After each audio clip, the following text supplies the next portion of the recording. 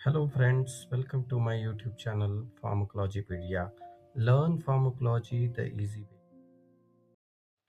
Hello friends, आज का जो टॉपिक हम देखने वाले हैं वो है लिगैंड गेटेड रिसेप्टर। ये मैकेनिज्म ऑफ ड्रग एक्शन में रिसेप्टर टॉपिक में आ रहा है। हमने रिसेप्टर्स के टाइप लास्ट वीडियो में कवर कर लिया है। मैं उसका लिंक इस वीडियो के डिटेल्स में डिस्क्रिप्शन में डाल दूंगा। Please look at that also. चलिए आगे चलते हैं। लिगैंड गेटेड रिसेप्टर क्या होते हैं? लिगैंड गेटेड रिसेप्टर ये फर्स्ट टाइप ऑफ रिसेप्टर है जो कि जनरली सेल मेम्ब्रेन के ऊपर प्रेजेंट रहते हैं। अगर आप देखेंगे तो ligand gated receptor 5 helical structure of protein से बना होता है।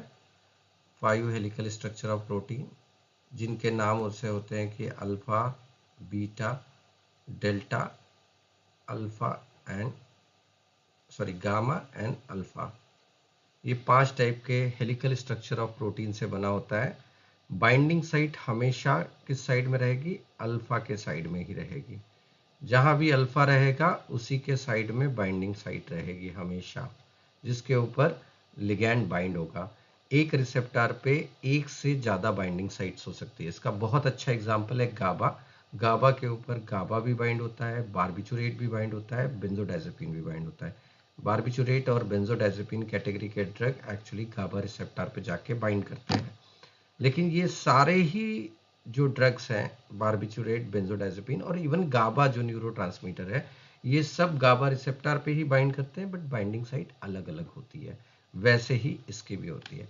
अगर आप इसका स्ट्रक्चर देखोगे तो ये 5 हेलिकल स्ट्रक्चर ऑफ प्रोटीन, जैसे ये सेल मेम्ब्रेन है, सेल मेम्ब्रेन अगर ट्रांसफर सेक्शन देखेंगे तो ये ऊपर से अगर कट करा तो इस तरीके से कुछ दिखेगा। Alpha, beta, gamma, delta and alpha. Alpha, beta, alpha, gamma and delta. तो बाइंडिंग साइट हमेशा कहाँ रहेगी? बाइंडिंग साइट हमेशा अल्फा से अटैच होने वाले प्रोटीन के साइड में रहेगी। यहाँ यहाँ हो सकती है बाइंडिंग साइट, जहाँ मैं ग्रीन कलर से शो कर रहा हूँ। नाउ एग्जैक्टली वर्क कैसे करता है कि जैसे ही इसके ऊपर लिगैंड जाके बाइंड करेगा, लिगैंड सपोज करिए यहाँ पे आके बाइंड कर दिया, तो नाम से ही समझ में आता है लिगैंड गेटेड रिसेप्टर। जैसे कि अपने लिगैंड गेटेड आयन चैनल देखे थे, जिसमें लिगैंड आयन चैनल से बाइंड करता था और गेट ओपन हो जाता था, वैसे ही यहाँ पे भी गेट ओपन हो जाएगा। ये कन्फर्मेशनल चेंजेस होंगे और यहाँ से यही सेल का स्ट्रक्चर जो प्रोटीन्स है उनमें कन्फर्मेशनल चेंजेस आने के बाद में ये प्रोटीन्स एक दूसरे से अलग हो जाएंगे। This is what your delta, gamma, alpha, alpha और बीटा। जैसे ही ड्रग बाइंड हुआ उसने एक स्पेस क्रिएट कर दिया, सारे कन्फर्मेशनल चेंजेस होके प्रोटीन अलग अलग होके ये स्पेस से आयंस की एंट्री होती है। जैसे आयन चैनल में होती है, 3 सोडियम अंदर जाएंगे, 2 पोटेशियम बाहर आएंगे और 1 कैल्शियम अंदर जाएगा। ऐसे ही कुछ वर्किंग होती है लिगैंड गेटेड आयन चैनल की।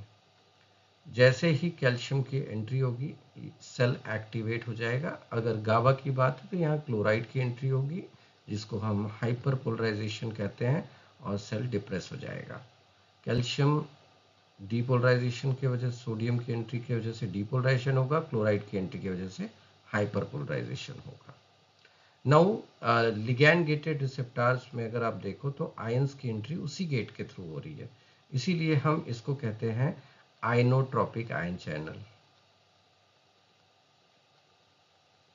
Receptor, sorry. Now inotropic receptor कहते हैं लिगैंड गेटेड को, इसका सिनोनिम है, क्योंकि आयंस की एंट्री करवाता है ये डायरेक्टली थ्रू दैट गेट। दूसरी बात यह है कि इस पर्टिकुलर इसका अगोनिस्ट का अगर एग्जांपल है या रिसेप्टर का एग्जांपल दे तो एसिटाइल कोलिन का निकोटिनिक रिसेप्टर एक बहुत बेहतरीन एग्जांपल है लिगैंड गेटेड रिसेप्टर का। उसका अगोनिस्ट जो है, जो कि हमने लास्ट वीडियो में कवर किया है, वो है एसिटाइल कोलिन, जो कि एक न्यूरोट्रांसमीटर है। और उसी रिसेप्टर के ऊपर, निकोटिनिक रिसेप्टर के ऊपर जो एंटागोनिस्ट काम करता है वो क्यूरेर है। क्यूरेर रेड इंडियंस जो होते थे, रेड इंडियंस लोगों बड़े बड़े एनिमल्स को मारने के लिए या पैरालाइज करने के लिए वो अपने जो बोज हैं उसके एरोज के सामने टिप पे क्यूरेर लगाते थे, जो कि प्लांट का छाल से मिलता था, प्लांट के बाग से मिलता था। उसको लगाते थे रेड इंडियंस, और उससे कई सारे बड़े एनिमल को मारते थे। आजकल वो ड्रग हम यूज़ भी करते हैं। डी ट्यूबिकुलरिन नाम का ड्रग है, जो एक बहुत बेहतरीन मसल रिलैक्सेंट है, जो कि मार्केट में आता है, जो कि नॉन कॉम्पिटिटिव एंटागोनिस्ट है निकोटिनिक रिसेप्टर का। चलिए आगे देखते हैं। निकोटिनिक रिसेप्टर एग्जैक्टली कहाँ रहते हैं? निकोटिनिक रिसेप्टर न्यूरोमस्कुलर जंक्शन पे रहते हैं। सपोज करो ये न्यूरॉन है, न्यूरॉन, इधर ये मसल है, मसल के ऊपर रिसेप्टर प्रेजेंट है, मसल के ऊपर रिसेप्टर प्रेजेंट है, और एसिटाइल कोलिन यहाँ प्रेजेंट है। एसिटाइल कोलिन वहाँ से रिलीज होगा, सिनेप्स में आएगा और जाके बाइंड करेगा लिगैंड गेटेड आयन चैनल या निकोटिनिक रिसेप्टर से। ये निकोटिनिक रिसेप्टर है, रिसेप्टर। जैसे ही ये इससे बाइंड होगा, 3 सोडियम के ion channel ligand gated receptor का गेट ओपन हो जाएगा। 3 सोडियम की एंट्री होगी। 3 सोडियम की एंट्री को हम बार बार मैं ये हमारे वीडियो में यूज करूंगा कि 3 सोडियम की एंट्री को हम डीपोलराइजेशन कहते हैं। उसके वजह से क्या होगा, 2 पोटेशियम की एग्जिट होगी, एग्जिट ऑफ 2 पोटेशियम आयंस, इसको हम कहते हैं रीपोलराइजेशन। और उसके बाद में एक कैल्शियम की एंट्री होगी।